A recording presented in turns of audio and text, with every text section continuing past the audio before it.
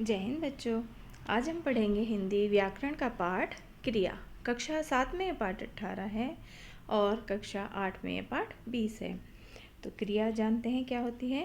जिन शब्दों से किसी काम को करने या होने का भाव उत्पन्न हो उसे क्रिया कहते हैं। या फिर दूसरे शब्दों में हम कह सकते हैं किसी काम के होने अथवा करने का बोध कराने वाले पद क्रिया कहलाते हैं। या जो पद कुछ होने या करने का बोध कराते हैं वे क्रिया कहलाते हैं। ठीक है ना, कि मतलब कुछ काम हो रहा है, कुछ काम किया जा रहा है, मतलब करने का, या कुछ काम हो रहा है, होने का भाव जिन शब्दों से उत्पन्न होता है या जिनसे पता चलता है कि कुछ काम हो रहा है, वो शब्द क्रिया कहलाते हैं। जैसे चलना। अब चलना में क्या है कि चलने का काम किया जा रहा है। ऐसे ही पढ़ना, पढ़ने का काम किया जा रहा है। जाना, रहना, पूजा करना, इन सब से पता चल रहा है कि कुछ काम हो रहा है। ठीक है, तो ये शब्द क्रिया कहलाते हैं। अब क्रिया का जो मूल रूप होता है उसको धातु कहते हैं। ठीक है ना, क्रिया का जो मूल रूप होता है उसे धातु कहते हैं। क्रिया का मूल रूप धातु कहलाता है। जैसे पढ़, चल, हंस, हंस पे चंद्र बिंदी आएगी, हंस इत्यादि ये मूल धातु हैं। इनमें यदि ना प्रत्यय जोड़ दें, इन धातु शब्दों में हम अगर ना प्रत्यय मैंने बताया था आपको कि मूल शब्द के बाद में लगता है, वो प्रत्यय है। ठीक है ना, तो इन्हें जोड़ दिया जाए तो क्रिया जो है ये क्रिया का सामान्य रूप बन जाता है। और क्रिया जो है 3 रूप होते हैं क्रिया के। एक तो ये तो हो गए मूल धातु, ये मूल धातु हो गई, और इसमें ये 3 रूप हैं इसके। ये पहला होता है सामान्य रूप, दूसरा प्रथम प्रेरणार्थक और द्वितीय प्रेरणार्थक तीसरा रूप है। 3 रूप है। तो पढ़ में अगर हमने ना प्रत्यय लगा दिया जैसे, तो ये सामान्य रूप बन गया पढ़ना। ऐसे ही प्रथम प्रेरणार्थक में बनेगा पढ़ाना। ठीक है, प्रेरणा दे रहे हैं, पढ़ाना। और द्वितीय प्रेरणार्थक में पढ़वाना, वाह लगा दिया बीच में, इसमें पढ़वाना हो गया। तो ऐसे ही चल का चलना, चलाना, चलवाना। हंस, हंस पे चंद्र बिंदी आ गई, हंस का हंसना, ना प्रत्यय जोड़ के, और यहाँ पर आ जाएगा हंसाना, और यहाँ हंसवाना।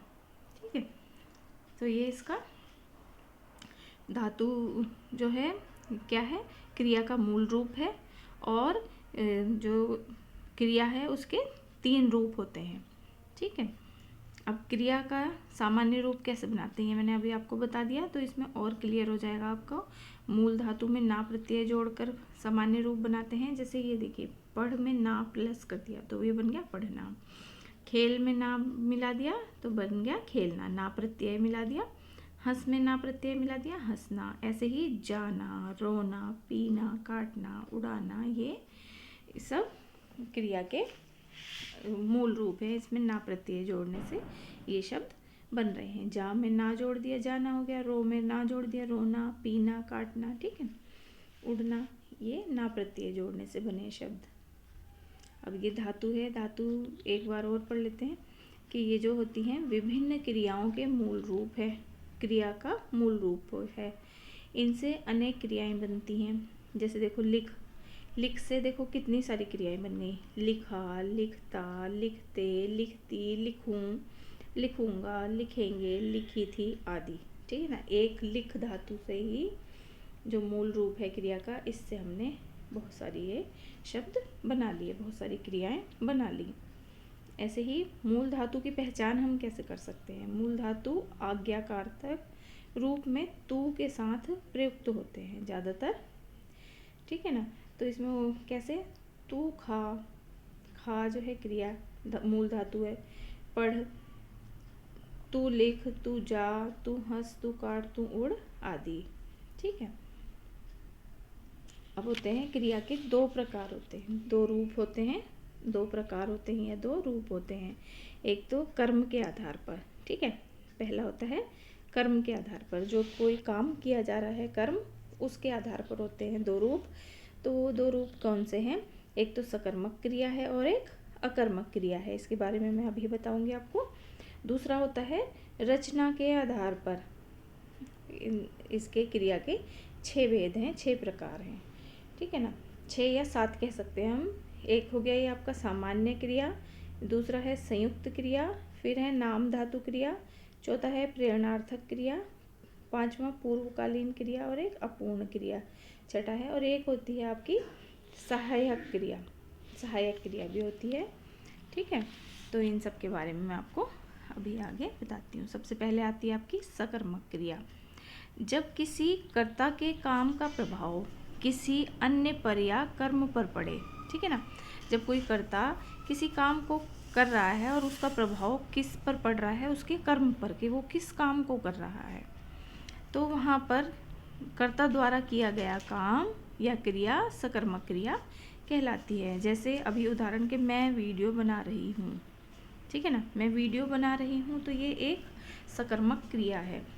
कैसे कि मैं जो हूँ क्या काम कर रही हूँ, बनाने का काम कर रही हूँ, लेकिन क्या बना रही हूँ मैं, वीडियो बना रही हूँ। ठीक है, इसमें हम क्या शब्द लगाकर पूछ सकते हैं कि क्या काम किया जा रहा है, तो इसमें मैं अपने आप से ही पूछ रही हूँ कि मैं क्या बना रही हूँ, तो मैं वीडियो बना रही हूँ। इसमें क्या शब्द से अगर प्रश्न करेंगे तो जो उत्तर आएगा, तो इसलिए उत्तर अगर आया तो वो सकर्मक क्रिया है, और उत्तर अगर नहीं आया क्या शब्द लगाने से, तो वो अकर्मक क्रिया होगी। ठीक है, इससे हम पहचान सकते हैं। तो मैं वीडियो बना रही हूँ, मैं क्या काम कर रही हूँ, मैं वीडियो बना रही हूँ, तो इससे हमें पता चला ये सकर्मक क्रिया है। ठीक है, क्योंकि इसमें कर्म पर फल पड़ रहा है, कर्म मेरे द्वारा जो काम किया जा रहा है वीडियो बनाने का, तो ये मेन काम है ना, तो कर्म पर फल पड़ रहा है, इसलिए ये सकर्मक क्रिया है। ऐसे ही सकर्मक क्रिया के प्रकार भी होते हैं। सकर्मक क्रिया में एक कर्मक क्रिया होती है और द्विकर्मक क्रिया होती है। ठीक है, सकर्मक क्रिया में और क्या क्या होते हैं, जैसे अनुराग ने फल खरीदे, यहाँ पर खरीदे क्रिया का प्रभाव फल पर पड़ रहा है। फल कर्म के बिना खरीदे क्रिया पूर्ण स्पष्ट नहीं है, अर्थ नहीं देती है, अतः खरीदे सकर्मक क्रिया है। और अन्य उदाहरण देख लें, जैसे अविनाश कुत्ते को दूध पिलाता है। ठीक है ना, यहाँ पिलाता क्रिया के दो कर्म हैं, एक तो कुत्ता सजीव और दूध निर्जीव, तो ऐसे शब्दों में द्विकर्मक क्रिया है। अभी और इसमें पढ़ लेते हैं एक कर्मक और द्विकर्मक। देखिए, एक कर्मक में क्या है, जिस क्रिया का एक कर्म होता है उसे एक कर्मक क्रिया कहते हैं। जैसे मैंने हिंदी पढ़ाई या पढ़ाया, हिंदी विषय पढ़ाया, एक कर्मक। ठीक है, मैंने पढ़ाया। और द्विकर्मक क्रिया में जिस क्रिया के दो कर्म हों उसे द्विकर्मक क्रिया कहते हैं। जैसे मैं लैपटॉप से वीडियो बनाती हूँ, मैं लैपटॉप से वीडियो बनाती हूँ, ये द्विकर्मक क्रिया हो गई कि मैं वीडियो बनाने का काम कर रही हूँ, लेकिन किससे कर रही हूँ, लैपटॉप से। तो लैपटॉप भी इसमें क्या हो गया, दो कर्म हो गए, एक लैपटॉप हो गया, एक वीडियो हो गया। ठीक है ना, इसलिए द्विकर्मक है। आगे रचना के आधार पर जो भेद हैं वो मैं अगली वीडियो में बताऊंगी। धन्यवाद।